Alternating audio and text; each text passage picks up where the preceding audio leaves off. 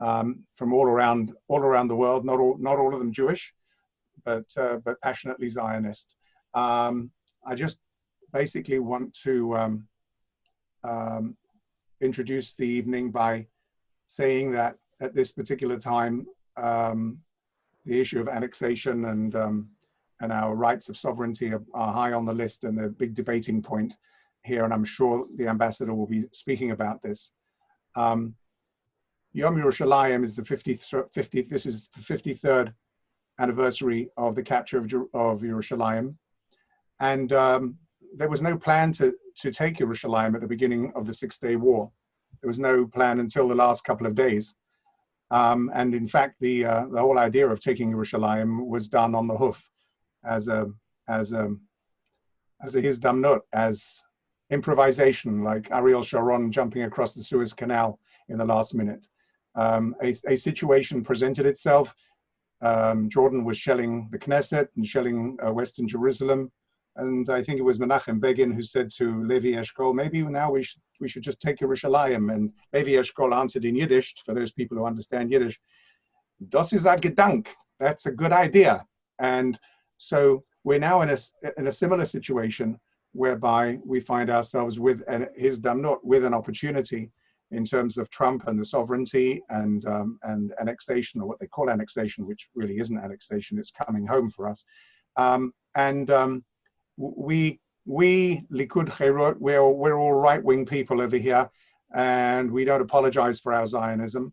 And what we're saying basically is, here is an opportunity, and the next generation and generations will blame us, they'll blame Bibi, if we didn't seize this opportunity, this most amazing opportunity with the most unbelievably friendly president in the Oval Office.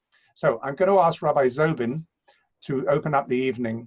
Rabbi Zobin, who's the Rav of Ney Israel in London, to open up the evening with two kapitlach of Tehillim, which have to do with Yerushalayim. Over to you, Rabbi. Shir Hamalus, the David, Samachti, Beimimni, Beisad in Oinelech. I'm the Soyu Aglenu, Bisharaich, Yerushalayim. Yerushalayim Abnuya, Beish Chub Oloyachtav. Sheftom. Got the wrong screen. Kisham Alu Shvatim Shita Yaidus Israel, Idus Hashem Adonai. Kishama Yashu Chisis Mishpat, Kisis Leveis David. Shalu Shalom Yerushalayim, Yishlayu Avayich, Yehi Shalom Mechelech Shalom B'Nosayich. The man Achai Ve'ai, Adab B'Noshalom Bach. The man Beis Adonai Lehinu, Avak Shat Tovlach. And then Tehillim, Kuf Lamed Zayin. Al Naros Bavel, Shom Yoshavnu, Gambachinu, Bezachreinu Estiain. Alavim Besecha, Talinu, Kinosenu. Kisham, Sheilunu, Shoivenu, Divrishi, Vesololenu, Simcha. Shirulanu, Mishetiain. Eich Nashes Shiadonoi, Al Admas Necha. Imeshkachech Yerushalayim, Tishkach Yemini. Tidbak Lashoni, Lechiki, Imlo Iskrechi, Imlo Alas Yerushalayim, Al Reishim Chasi. Zachar Adonoi Livnei Edaim, Esyaim Yerushalayim. Ha'imim, Ata Yesoidba. Bas Bavel Hashudota, Ashrei Sheishalim Lach, Eskumolech, Shekomalt Lanu, Ashrei Sheyeches, Nipet, Esodalayich, Alasela. Thank you very much. Thank you very much, Rabbi Zobin. I appreciate your time, and I know you're going to have to run off to another Zoom in a few minutes. I really appreciate you being with us tonight. Thank you. Thank you for this opportunity. Good. Best wishes tonight. Thank you. Now I'd like to introduce Amb.Dore Gold. You've seen on the advertising that he has been a former United Nations ambassador for Israel, and he has served 2 presidents as special advisor, and he has been seen numerous times at the White House, along with delegations by the Prime Minister of Israel to the President of the United States, and he has been a close confidant of the various, or closely involved as an advisor on the various peace treaties, negotiations about borders, negotiations about autonomy, and so forth. So there's very few people that actually have been at the elbow of these meetings over the years. So, Ambassador Dore Gold, thank you very much for coming to us from Yerushalayim, Eretz Kodesh, and as the head of the Jerusalem Center for Public Affairs, we invite you to speak to us about Yerushalayim and the current challenges. Well, thank you very much. It's an honor to be with you. And we are at a historical crossroads. And I think that's something we have to understand. Years ago, I served as Israel's ambassador to the United Nations, and then I took on a number of different other jobs for the government of Israel. When I was an ambassador to the United Nations, I recall very clearly that the PLO observer wanted to challenge our position, not just in Jerusalem, but everywhere in Eretz Yisrael. And he tried to make a point that, and this was in the General Assembly by distributing a letter from the PLO to the Secretary General. He tried to make a point, and he said, Israel has yet to explain how it took control of territories that went beyond the original UN partition plan. And, he was obviously making reference to territory in the Galil, territory in the Negev, but all of that was verified once by the international community, once Israel established armistice agreements with its neighbors, which basically enshrined those borders. And that was it, finished. Now, we're now talking about, of course, years later, that was back in 1949. We're now talking about the 1967 war and Israel taking control of Jerusalem and the rest of Yehuda v'Shomron. And our question is whether we should take any kind of action with respect to those territories. You do see from now in the public discourse a lot of reference to Israel annexing land. That always makes me smile, and it's language I think we should not use because for a very simple reason. Annexation is a term you use for territory that is not yours. When the Turks went into northern Cyprus and seized that area from the Cypriots, they annexed the land. When the Russians went into places that they recently have taken and annexed it, it had to do with land which wasn't theirs. We have another anniversary this year that reminds us of our relationship to Eretz Yisrael that goes beyond our biblical and historical connection. I don't know how many of you are aware of the San Remo meeting that occurred in April of 1920. The British Prime Minister at the time attended San Remo along with leaders of maybe 4 or 5 other major powers.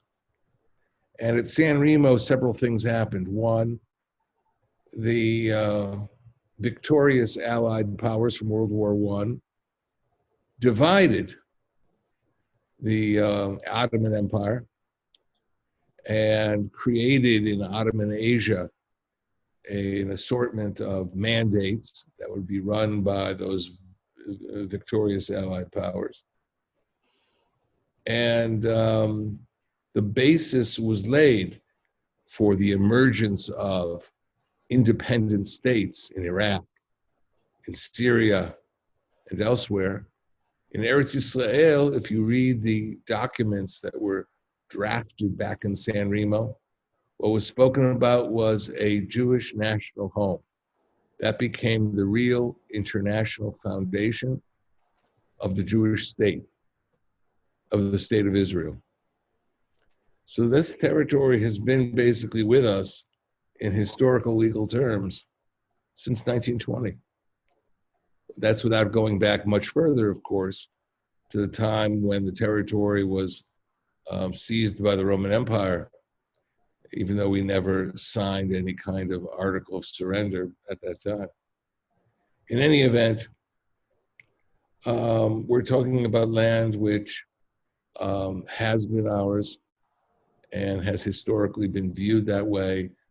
And the number of countries that acknowledged the San Remo summit was, the complete membership of the League of Nations.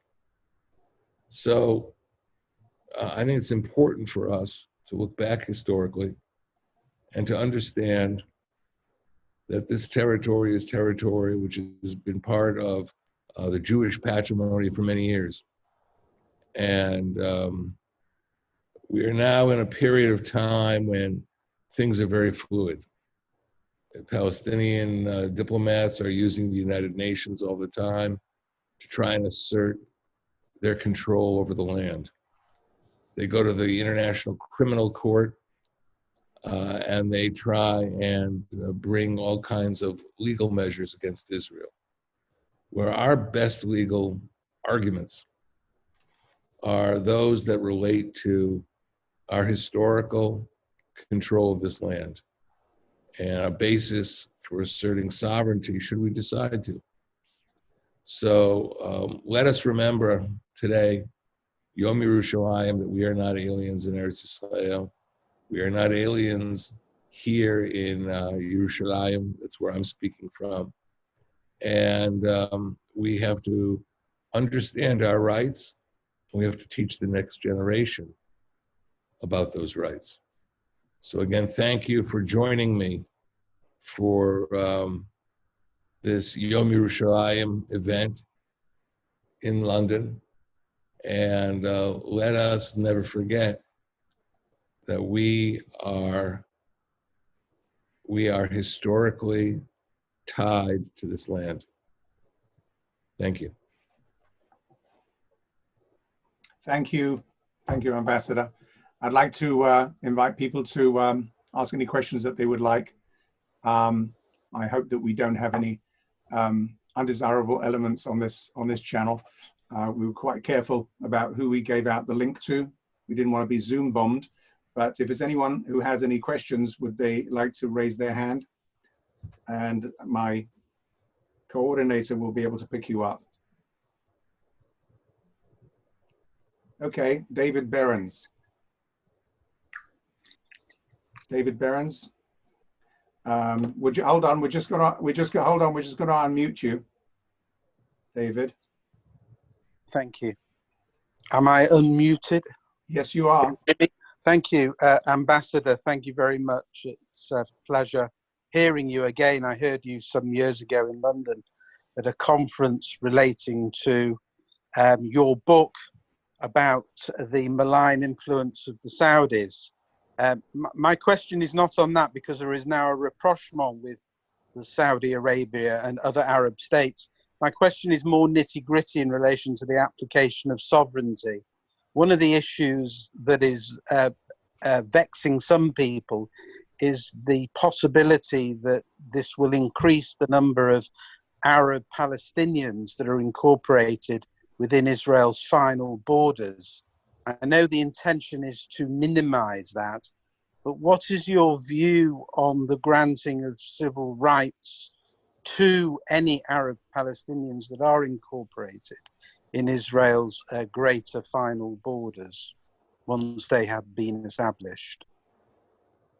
Well, if we're talking about the implementation of the Trump plan, yes, the Trump plan is basically a kind of partition in which parts of the West Bank will come to Israel, will be under Israeli sovereignty, and parts of the West Bank will be part of a Palestinian patrimony or Palestinian state, certainly consistent with Israeli security concerns. So I don't think you're going to see, if we follow the Trump plan, you're not going to see suddenly a flood of Palestinians inside of Israel. I think you're going to have a partition of not just the land, but of the population.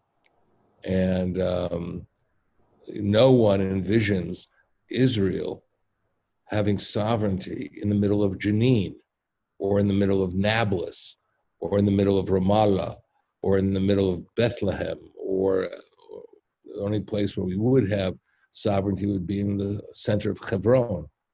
But I think the concern that suddenly we'd be overwhelmed by hundreds of thousands of Palestinians, if you read the Trump plan, that is not a real concern. Okay, thank you. Thank you. Anyone else? James? Sure. James Marlowe.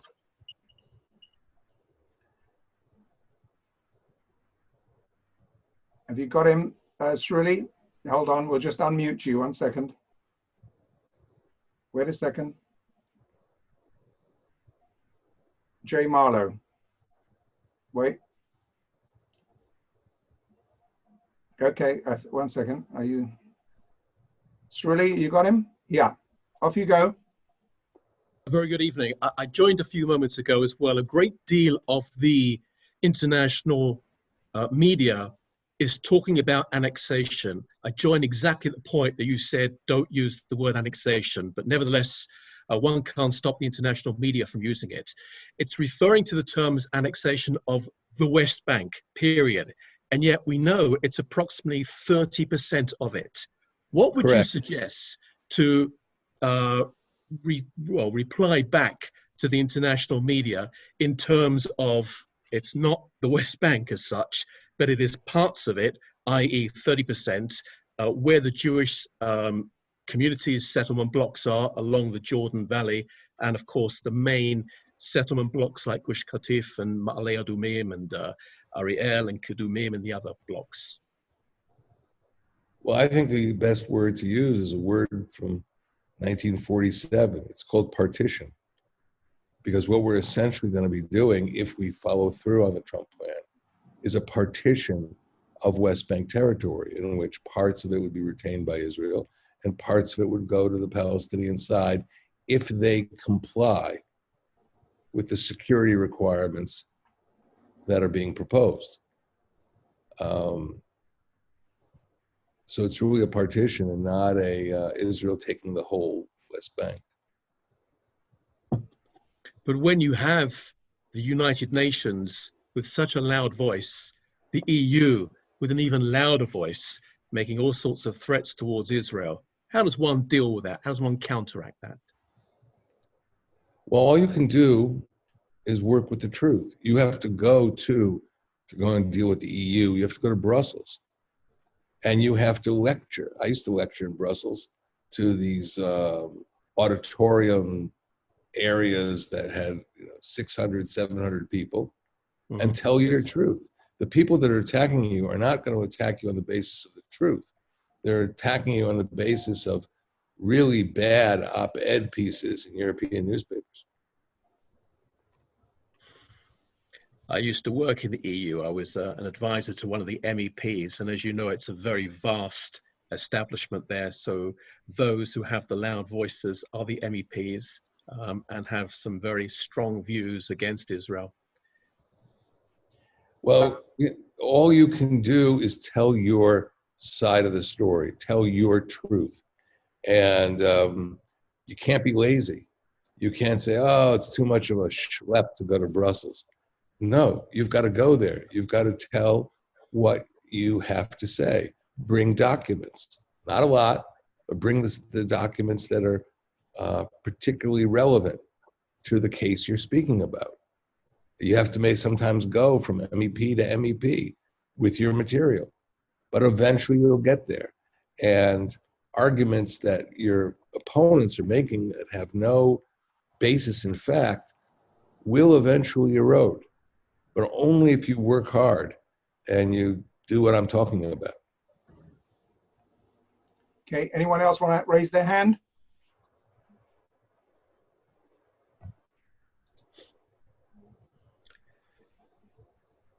Okay, I just wanted to ask myself, the recent announcement by Abbas that he is abrogating all of his security agreements with Israel over the sovereignty issue. Could you talk about that and whether that is just pure bluster, or what will happen in actual fact when that situation, if that situation would materialize? Well, there's always a danger that he could really corner himself, because as all of you know, Abbas's Fatah movement has a very real opponent in the territories of Judea and Samaria, and that opponent is called Hamas. And unless he has a strong security system put in place, he and his party are going to be under serious challenge. So it's really a position he is now taking that undermines him more than even Israel. And is there an heir apparent in terms of when he leaves? I understand that there's somebody who has been very active successfully and popularly on the fight against the COVID. Is he a rising star? Is it possible that he could succeed Abbas? When we used to think about who would be Abbas's successor, we realized it had to be a senior person from the Fatah party, somebody who has followers, and not anybody can just sort of walk into the Muqatta in Ramallah and declare himself as the leader of the Palestinians. So it isn't simple, and he's also, like many politicians, who don't want to designate a successor because the successor will take over from them. He hasn't designated such a successor. Back in the 1990s, when I was a foreign policy advisor to Benjamin Netanyahu, we used to look at Mohammed Dakhlan, who today lives in the United Arab Emirates, or Jibril Rajoub, who lives not far from Ramallah. And these gentlemen were seen as the potential successors. I don't know if that's the case, but I don't think it is clear-cut. There's no constitutional line of succession. Okay. Anybody else have a question? Yes, Alan. Hold on a second. Surely, Alan's iPad. You got him? Thank you. What's the difference between the Trump plan and Naftali Bennett's plan with areas A, B, and C? And what is where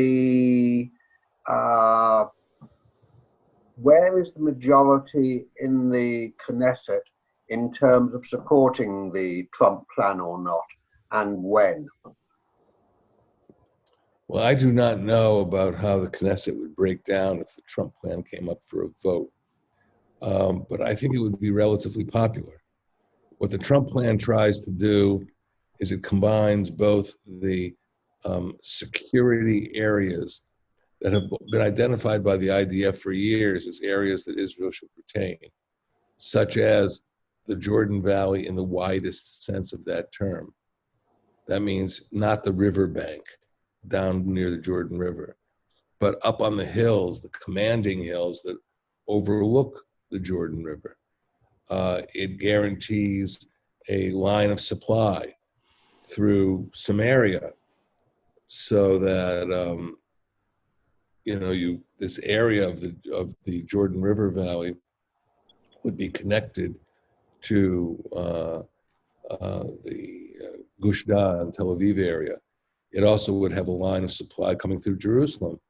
So you would come down on Route 1 in Jerusalem, you would go through Ma'ale Adumim, and you come down to the road that brings you down to the Dead Sea or up to the Jordan Valley. Those are the areas that the plan has designated. If you look at the map that President Trump presented when the plan was officially released in the East Room of the White House. And if I could ask a supplemental, how will this plan being accepted by Israel and the areas being brought into Israel proper in terms of jurisdiction affect the situation in Jordan, with what I understand is a tenuous situation with the king there, with various Palestinians plotting to overthrow him? Well, you know, I think since 1960s, people have been talking about, you know, Jordan doesn't have a long time to live or stay around. And people have been rather pessimistic about Jordan. Jordan's a strong country. Jordan also, I would call it not so much a country which is dominated by Palestinians, but actually dominated by different Arab nationalities who've come to live there. We now have Syrians in the northern parts of Jordan in large numbers. Iraqis have come in because of the various wars that Iraq has been engaged in. So I think you have now a country which is much closer to the original vision of the Hashemites, which was a pan-Arab country. And that's what Jordan is. And they're not particularly thrilled with the Trump plan, and the king has said so in public. But I think if military and diplomatic planners sat down, they could show that the Trump plan could very much strengthen Jordan in the future and make Jordan into a pivotal country for moving goods and services from the Mediterranean to the Persian Gulf. Thank you. On that question, who do you think the King of Jordan would prefer to have on his border? A PLO state or the IDF? Well, I can tell you one thing. That is not a question that he's about to answer in public. I'll bet. And so, you know, I don't want to make things more complicated. It would seem to me, you know, years ago when I visited Amman for maybe the first or second time, I was at the Royal Palace, and someone who I was with pointed out the bullet holes in the Royal Palace in Amman that came from the guns of the PLO during Black September. You know, that's in their memory. They know that. And, you know, I think if we decide to proceed with our regional diplomacy with Jordan, whatever we do should help try and strengthen Jordan, strengthen the king and the Hashemite throne. I think we all have interests in that happening. And I think the king has always trusted Israel as a faithful ally, although that doesn't always come across in the rhetoric. I have worked with Aryeh King, who is a staunch settler, lives on Har HaZeitim, and he heads the Israel Land Fund. He used to be a former councilman in Jerusalem. Mm-hmm. And I know him. His organization researches old Ottoman titles of land and taboo. And he found out that Amman Airport is on old Jewish family-owned land. You know, it's not just a biblical connection. It's literally he's got title deeds to Amman Airport belonging to some old Sephardi family. That's the way it goes. There are a number of those kind of stories. I mean, if you look at the area of the Golan Heights and to the east of the Golan, where you have the Horan, it's called, in those areas, out to Jebel Druze, there was Jewish-owned land in Syria. But okay, you know, we're not going to take the title deeds and start dismantling countries in the Middle East. Anybody else waiting for a question? Anybody else? If you want to ask a question, just put your hand up and we'll probably catch you. Sammy Stein. Sruli, would you unmute Sammy Stein? Hold on while we unmute you. 1 second. Gotcha. Off you go. Can't hear you. You need to connect your audio. Can't hear you. Your audio is not connected.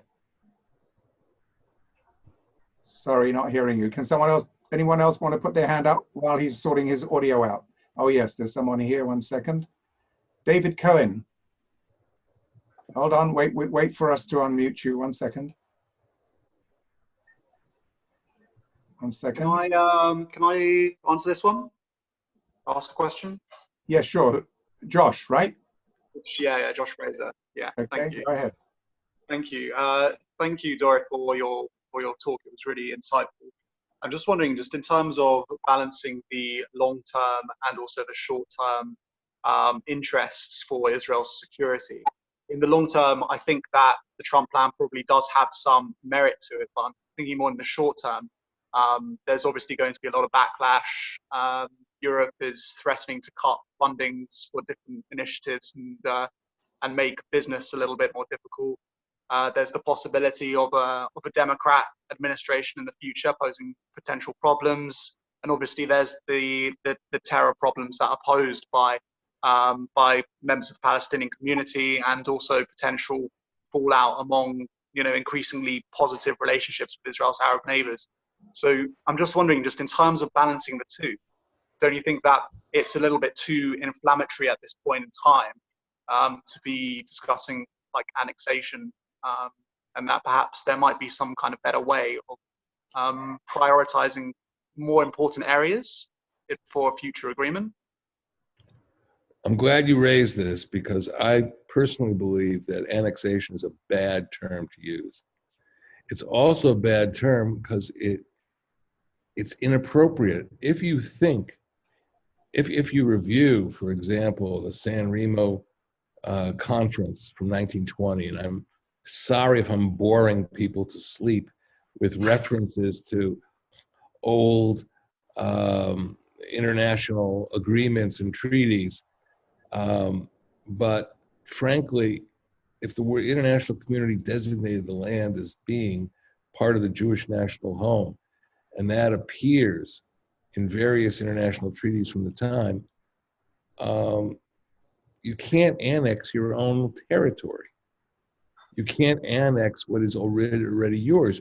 You may decide, I want to assert my sovereignty here, but you may decide, no, you don't have to, or it's not in your interest to. And I'll leave that for the politicians and diplomats to work that out. But for us to parade around with annexation, on some kind of shield at a parade for Young Yerushalayim, does not make a lot of sense. So that's why I'm saying, take it easy and lower the volume. But remember that something like the Trump plan could be made consistent with Israeli security interests, with the large number of Israelis who now live in the West Bank, in Judea and Samaria. So we have to work on that in very tangible ways, and come to understandings. By the way, the best way to reach some kind of understanding in the region is to work quietly with our neighbors. If you could talk to the Jordanians and take an approach with that, you say, look, we're going to look after your interests along with our interests. It sounds very simplistic, but that really works.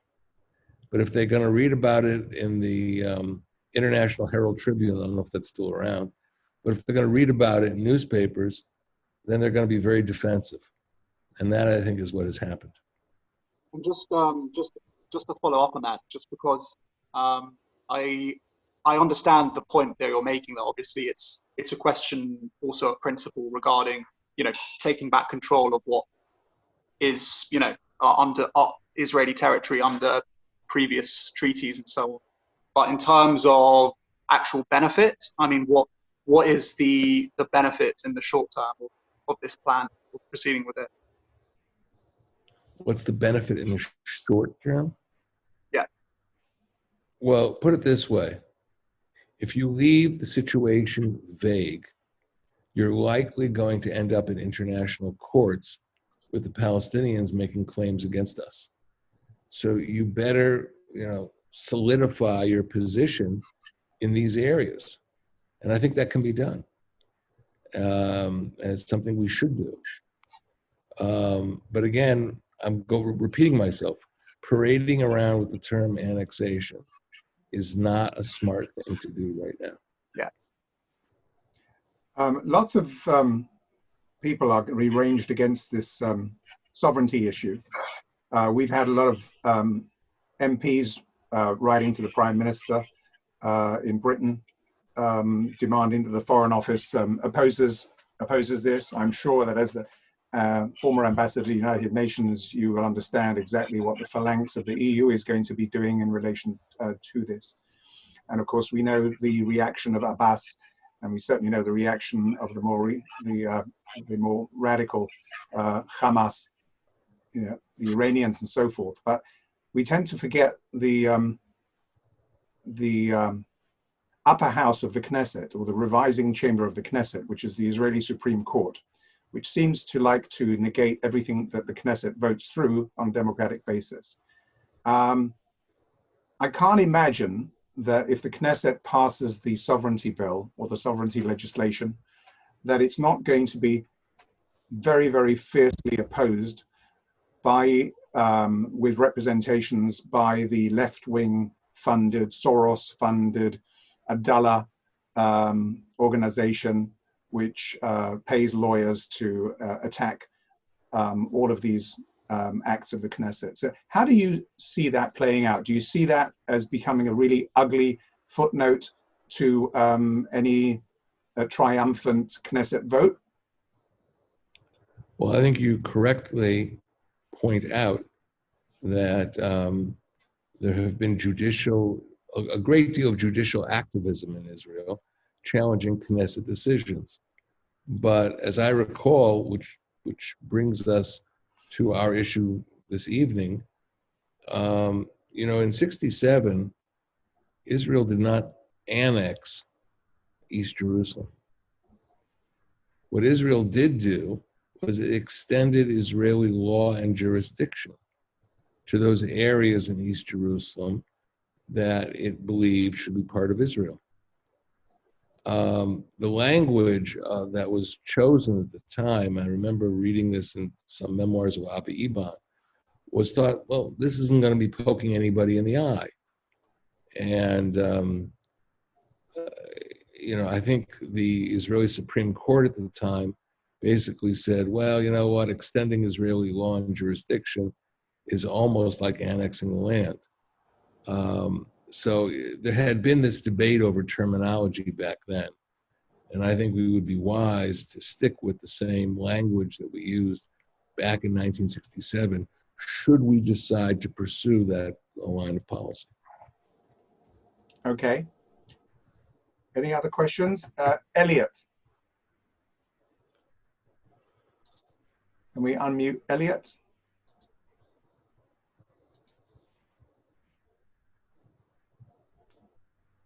Just 1 second.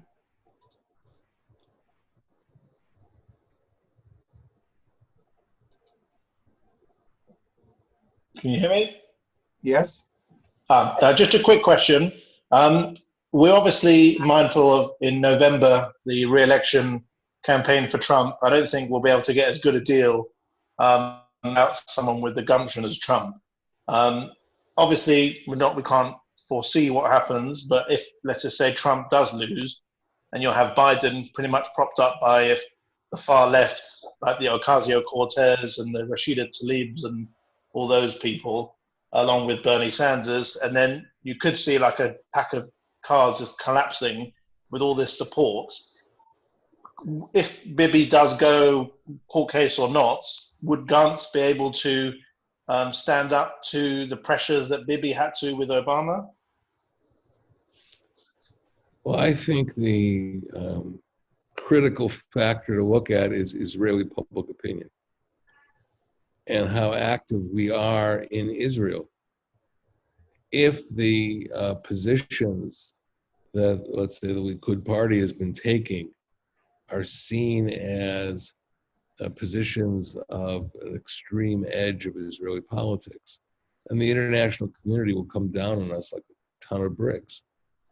But if we demonstrate that indeed this is the new Israeli consensus, and I think then Mr. Gantz and Gabi Ashkenazi could become very supportive of that, although they come from different political proclivities than Mr. Netanyahu. Okay.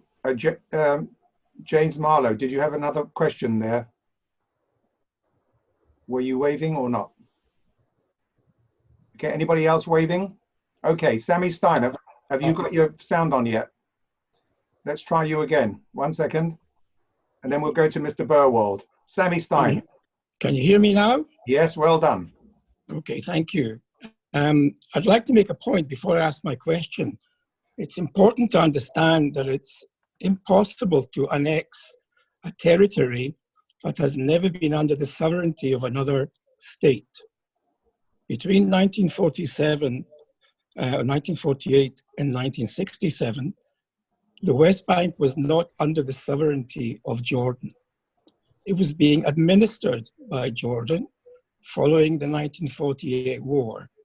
And therefore, because it's not been under the sovereignty of Jordan in that period, Israel cannot annex it because it did not belong to another country. So the word annexation is completely invalid and inaccurate in this situation. My question, though, if the ambassador is worried or not about the possibility of Egypt and Jordan perhaps not upholding their end of a peace agreement if Israel goes ahead with this partition. I believe that countries act ultimately in accordance with their interests. What we have seen with Israel and Egypt over the last number of years is an unprecedented level of cooperation against a mutual threat. And that mutual threat is called ISIS. You know, as the Western powers defeated ISIS in Iraq and in Syria, ISIS got a kind of renewal of life in the Sinai Peninsula. And they have proven to be a serious challenge to the Egyptian army. And President Sisi has admitted in public that he has cooperated with Israel against ISIS. So, assuming that's the case, he would have an interest in continuing that cooperation and not negating it for some kind of ideological or Arab national position. The same, I believe, will be true of Jordan, although Jordan has a much more sensitive public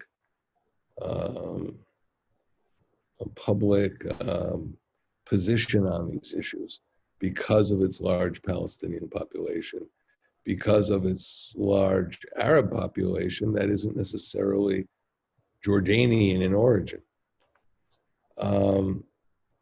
There's a lot of work to be done, but there are very serious interests that go to the heart of the security of Jordan, that go to the heart of the security of Egypt.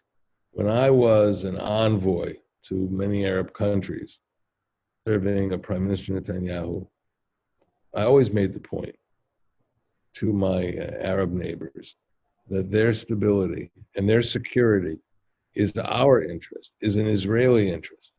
And we always sought ways we could be of help to address their security interests. I think, I don't know what's going on currently, but I'm sure that the Israeli army, the Ministry of Defense, and the intelligence agencies have a similar perspective about Jordan and Egypt today. I think one of the biggest problems we have is that you can't tell the whole story in public. you have to tone it down. One last story. When I was Director General of the Ministry of Foreign Affairs of Israel, one of the things you do is you go to these countries and you meet with the Director General of their foreign ministry, and you each have your own piece of paper which outlines, let's say, 15 points that you want to make about your national security, your foreign policy interests.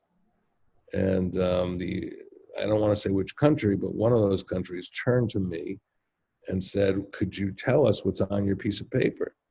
So I went through this piece of paper, 1, 2, 3, 4, 5, went up to 15 points. And I noticed that my opposite person sitting opposite me was laughing. And I thought maybe I insulted him, maybe I said something wrong. And he was laughing out of embarrassment. So I said, is there something funny I said? And his response was, no, your 15 points, your 15 bullets about Israeli foreign policy are identical to my 15 points, which just shows the convergence of Israeli interests and those of our Arab neighbors. We have to build on that. We can build on that. We can't run to the British press or the American press and report these things. But we can build the basis of a cooperative relationship and stabilize the region if we do our homework. Okay, next we have Mr. Burwald, and then we'll follow that up with Stephen Goldberg. Mr. Burwald. Mr. Gold, can I just ask you to clarify one issue which I hope I've got correct? At the moment, the territories we're talking about are governed by military law. And if we acknowledge sovereignty over these areas, then Israeli citizens will be subject to the regular law of Israel. Non-Israeli citizens will be also subject to the laws of Israel, whereas my understanding is, please correct me, that currently non-Israeli citizens are subject to the laws of Jordan. So it's a bit of a mishmash, which acknowledging sovereignty would at one level help all the citizens living in these areas. Is that correct? Well, I think the concept is this. Obviously, that if Israel extends its law and jurisdiction to those areas, then Israeli law would apply to Israelis living there. If some kind of Palestinian self-governing entity emerges, then Palestinian law applies to the Arab Palestinians that live there. And maybe you would have something that would look a little bit, I don't know if you're familiar with the law, application of law in areas like the Netherlands and Belgium, but you have these little islands of control in those countries that belong to the other country. So enclaves. So it's very possible you might have an enclave system. But, I'm getting ahead of myself. Nobody's negotiating this right now. But I think that would be the likely result. And you would have to find ways to make that system as stable as possible. Thank you. Stephen Goldberg had his hand up. Let's see if we can find him. Mr. Director. Just bear with us for a second while we find him.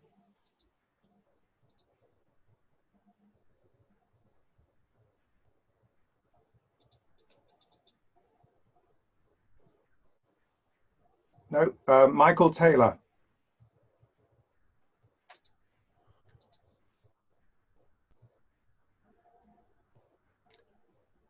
Michael Taylor. Here you go.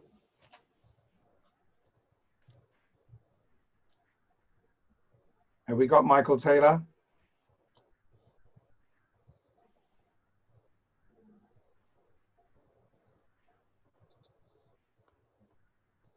Mr. Director?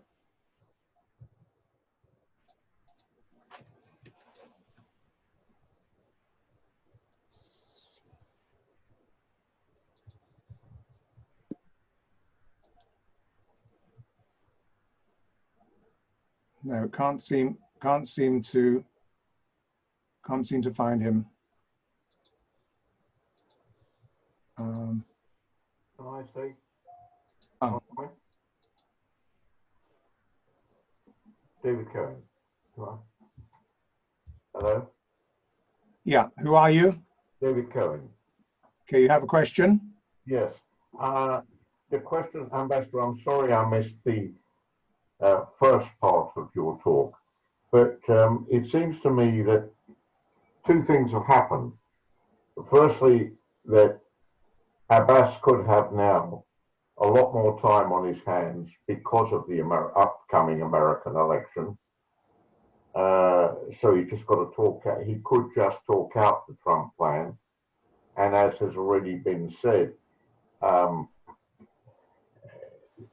Biden would be supported by some horrendous lefties.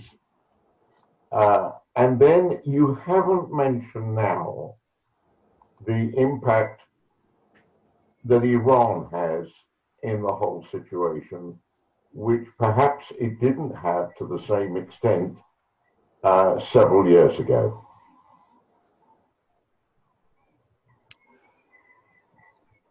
Well, actually, Iran has been extremely active now, and also several years ago. Remember that the Iran agreement with the Permanent Five, the Iran agreement brought about a huge cash transfer to the Iranian government, which strengthened their ability to move funds and support to their various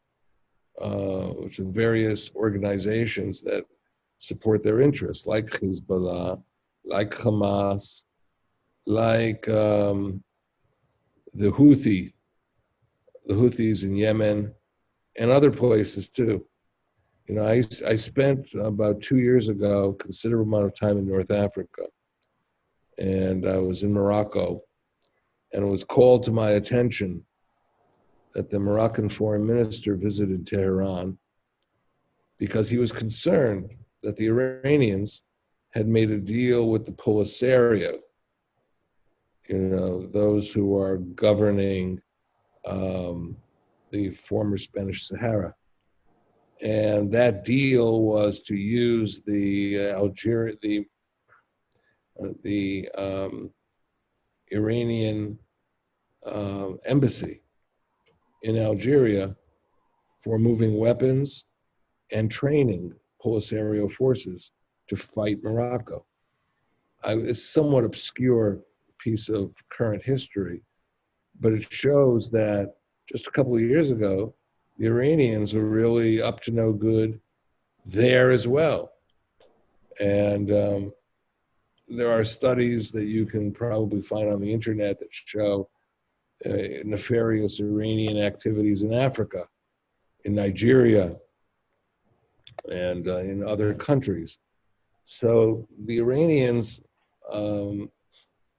have been extremely active in pushing their view of their security interests. And European countries, Israel, the United States, have had to block this as much as possible. But it's a real factor in our view of our regional security interests. This week, a United Arab Emirates plane landed at Ben Gurion, and everyone was making a very big fuss about it. As the author of Hatred's Kingdom, how do you see the Saudis now in terms of the geopolitics of the region? Well, the Saudis have made some important changes. When I wrote Hatred's Kingdom, I had access to Israeli military files that had been taken from Hamas headquarters in various West Bank cities. And we came to an assessment that roughly 50 to 70% of the Hamas budget came from Iranian sources. So that's a considerable amount of support that... You mean Saudi sources? Excuse me, I meant Saudi sources. You're correct. Saudi Arabian sources. Basically, these large Saudi charities were the vehicle for getting money to Hamas. Well, today, what percentage of the Hamas budget comes from Saudi Arabia? 0. Really? Wow. So there's been a major shift there. Does that mean that the Saudis are now, out of money? Ready and willing to become our allies? Well, let's not get ahead of ourselves. I think we have to be open to Saudi Arabia if Saudi Arabia is open to us. But there's clearly been a major shift from the time when I wrote that book in 2003 to today. Well, that's a very positive way to finish our proceedings. We're coming up to the end of our hour. I'd like to thank you, Mr. Ambassador, and I hope that you will be continuing to be active in the weeks and months ahead in terms of securing a greater Israel and the sovereignty that we need on the Jordan Valley. So I know it's late for you now in Israel. I've had a few glitches in my speech because I'm 2 hours ahead of you. Okay, but it was a really great evening with you. Thank you very much. And I think it would be very appropriate for us to end with the Hatikvah, but a special Hatikvah, because most of us in Britain, we're still in a lockdown. And I came across on YouTube a Hatikvah which was made during the lockdown. So enjoy it all, and you can sing along with it if you like. Here you go.